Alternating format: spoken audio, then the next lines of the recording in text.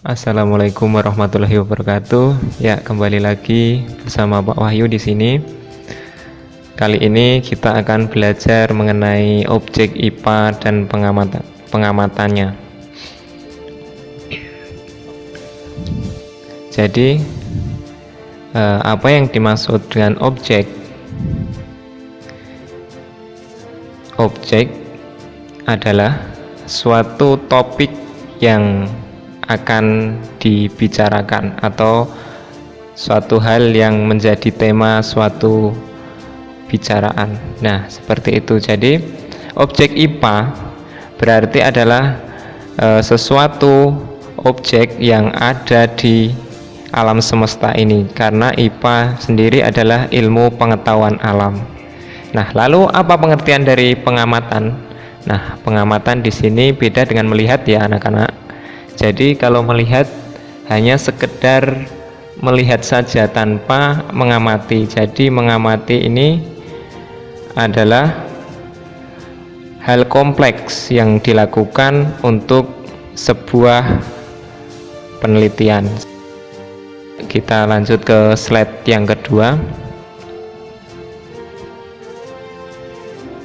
Ya, objek IPA itu mulai dari yang tidak terlihat oleh mata kita seperti atom sampai dengan yang bisa kita lihat, yaitu alam semesta ini. Dalam gambar ini kita contohkan tata surya. Jadi yang menjadi objek IPA yaitu adalah seluruh benda di alam dengan segala interaksinya untuk dipelajari pola-pola keteraturannya.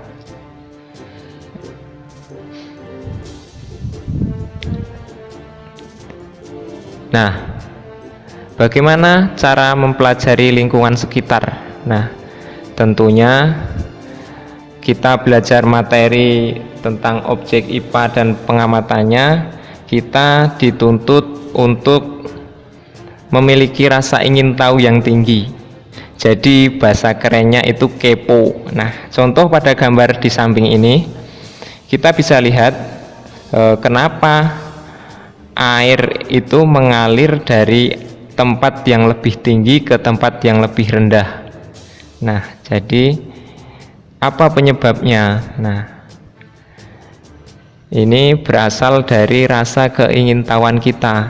Nah, jawabannya adalah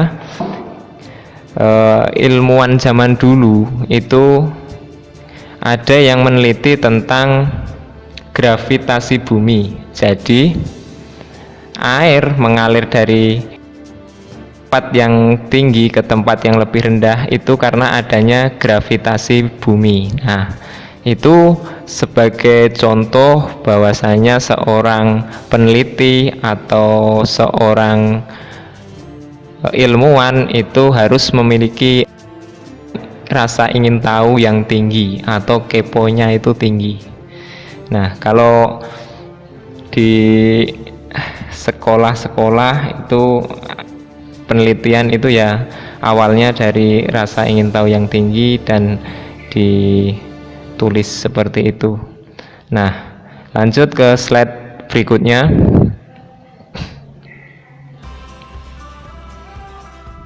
Ya, ini contoh lagi. Nah, contoh lagi ada fenomena alam yaitu gempa bumi. Nah, di sini juga BMKG itu bisa merumuskan atau mengetahui titik di mana pusat gempa. Gempa ini kekuatannya berapa. Nah, itu melalui dari pengamatan dan juga prediksi, dan setelah diprediksi maka dikomunikasikan, biasanya di-share lewat sosial media resmi dari BMKG. Nah, di sini bagaimana BMKG mengetahui besar kekuatan gempa bumi? Nah, kalau di BMKG sendiri ada yang namanya alat seismograf, itu untuk mengukur seberapa besar kekuatan gempa. Nah, jadi Itu dua contoh tadi. Yang pertama, air kenapa bisa mengalir dari tempat yang lebih tinggi ke tempat yang lebih rendah. Terus yang kedua itu tentang fenomena alam gempa bumi. Terus untuk yang slide berikutnya, ya, di sini langkah-langkah untuk penyelidikan ilmiah. Itu yang pertama, mengamati. Nah, kita bisa lihat di bawah tulisan mengamati ini ada ilustrasi seseorang memegang lop atau kaca pembesar. Nah, ini diartikan sebagai mengamati. Nah, mengamati sendiri itu apa? Mengamati adalah proses mengamati mencangkup semua kegiatan. Nah, menggunakan indera. Jadi mengamati itu menggunakan indera, baik itu indera melihat, mendengar, bahkan kulit kita bisa dijadikan indera untuk nanti merasakan. Dilakukan untuk memperoleh informasi mengenai suatu objek. Dalam hal ini, objek yang diamati adalah materi faktual yang berbentuk fakta. Terus yang kedua, mengklasifikasikan. Jadi setelah mengamati, kita mengklasifikasikan atau mengkelompokkan dengan cara sistematika yang digunakan untuk menggolongkan sesuatu berdasarkan syarat-syarat tertentu. Misalnya mencari kesamaan atau mencari perbedaan, membandingkan, dan mencari dasar dari penggolongan. Terus yang ketiga, mengukur. Jadi setelah mengamati, mengklasifikasikan, selanjutnya mengukur. Keterampilan dalam mengukur memerlukan kemampuan untuk menggunakan alat ukur secara benar dan menerapkannya secara perhitungan dengan alat ukur tersebut.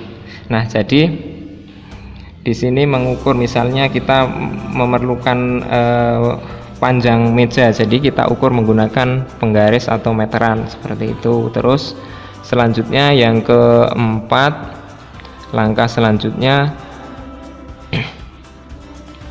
menginferensikan, jadi atau menyimpulkan. Di sini itu pengertiannya menjelaskan pola atau hubungan antar aspek yang diamati serta membuat prediksi. Nah, jadi sebuah pernyataan yang dibuat berdasarkan fakta hasil pengamatan. Nah, terus memprediksi itu sendiri ramalan tentang kejadian. Jadi setelah mengamati, kita ramal, apa atau kejadian ini. Nah, seperti tadi contohnya adalah gempa bumi tadi. Kenapa bisa terjadi gempa bumi, kekuatannya berapa, dan pusatnya di mana. Nah, itu bisa kita prediksi. Prediksi didasarkan pada observasi yang cermat dan inferensi tentang hubungan antara beberapa kejadian yang telah diobservasi. Seperti itu. Terus untuk langkah keenam itu menganalisis.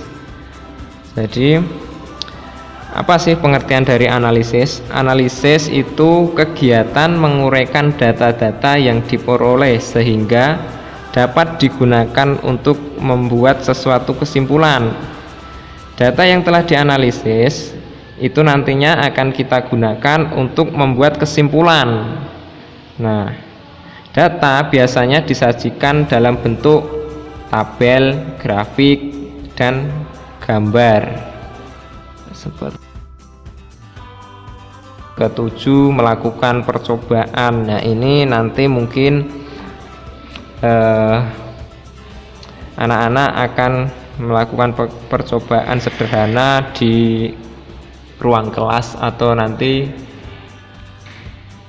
kalau masih online ya kita buat percobaan dengan membuat video atau foto nanti, tapi nanti setelah materi objek dan pengamatannya selesai. Nah, dalam melakukan percobaan harus dilakukan secara terencana dan sistematis menggunakan metode ilmiah. Ya tadi metode ilmiah tadi yang langkah-langkah tadi yang sudah saya paparkan tadi. Terus yang terakhir itu mengkomunikasikan. Jadi setelah melakukan percobaan itu kita diharapkan nanti bisa menganalisis data. Setelah melakukan percobaan, hasil akhirnya nanti akan menganalisis data. Nah, setelah data dianalisis dan kita temukan kesimpulan, maka hasil penelitian harus dikomunikasikan baik secara lisan maupun secara tulisan. Mengkomunikasikan hal penelitian itu tujuannya apa? Agar hasil penelitian tersebut dapat dimanfaatkan oleh orang lain. Nah, jadi bisa dijadikan acuan penelitian.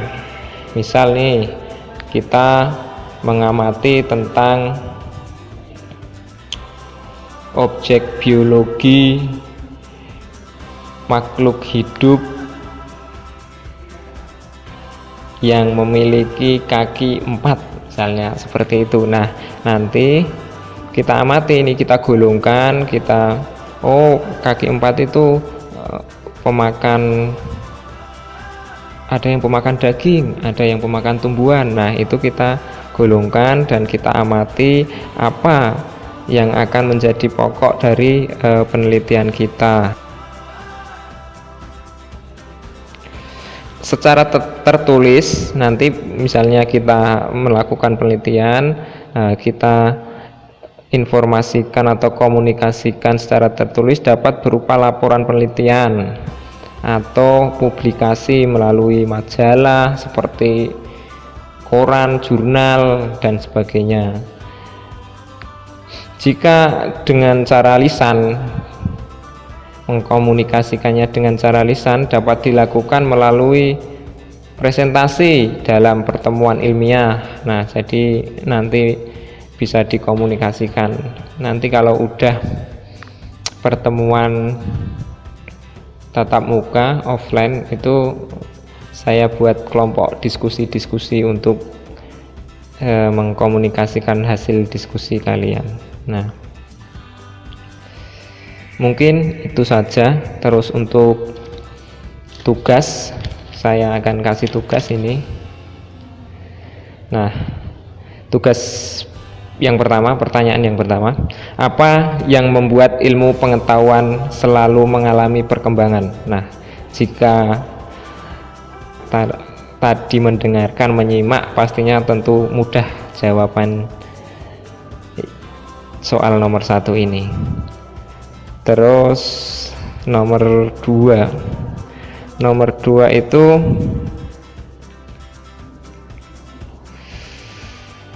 bagaimana cara mendeskripsikan data. Nah, ini juga sudah saya sampaikan tadi. Jika menyimak mungkin nanti sangat mudah ini.